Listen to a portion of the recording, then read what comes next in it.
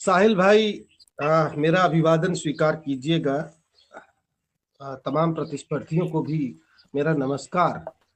नहीं, ये कहावत जो है, जो आप ने अभी वजह फरमाई, दरअसल मेरे गले के नीचे नहीं उतर रही। और ईमानदारी से कहूं, एक दौर था जब अटल बिहारी वाजपेयी सरीखे नेता भारतीय जनता पार्टी में थे। एक वोट से उनकी सरकार 13 दिनों के बाद गिर गई थी और उनका वक्तव्य था कि अगर ऐसी जीत मुझे चिमटे से भी उठानी पड़े तो मैं उसे नहीं उठाऊंगा।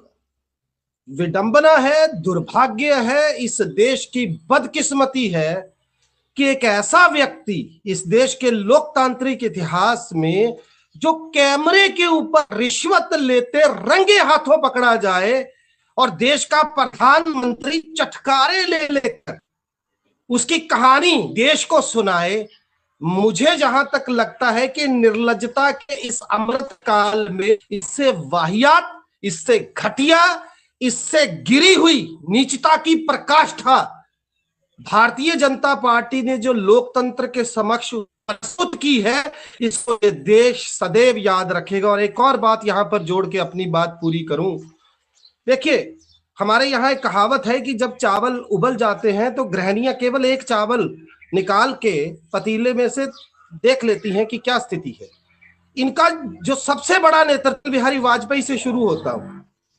आप पढ़िए बलराज मधोक को, आपको समझ में आएगा कि इन्हीं का एक बड़ा नेता जो कभी सरसंघ चालक रहा है, उसके सीधे आरोप हैं कि अपनी ही पार्टी के एक बहुत बड़े नेता की हत्या में और उनका और नानाजी देशमुख का हाथ था। इतना ही नहीं, राजकुमारी कौल के संदर्भ में पढ़िए और 1942 में की गई उस मुखबरी के बारे में पढ़िए। ये भाजपा का चरित्र है, ये देश को बताने जा रही हैं। ये 25 ऐसे नेता, आप शुरू हो जाइए एक सिरे से, आप गिनते चले जाइए। वही अजीत पवार, दिवंगत अजीत पवार, जिनको ये नेशनल करप्ट पार्टी से कहा करते थे, वही प्रफुल्ल पटेल, वही अमरिंदर सिंह का बेटा, वही मधु कोड़ा, कितने नाम गिनाऊं।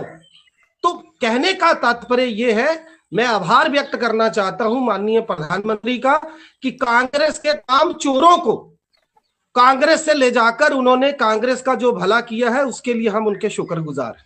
जी डॉक्टर आशीष राणा जी, आप किस तरह इन बातों का जवाब देंगे? जी साहिल जी, आपको, मेरे आदरणीय को पैनलिस्ट को और आपके चैनल के सभी प्यारे प्यारे दर्शकों को मेरे यानी डॉक्टर आशीष का प्यार भरा नमस्कार।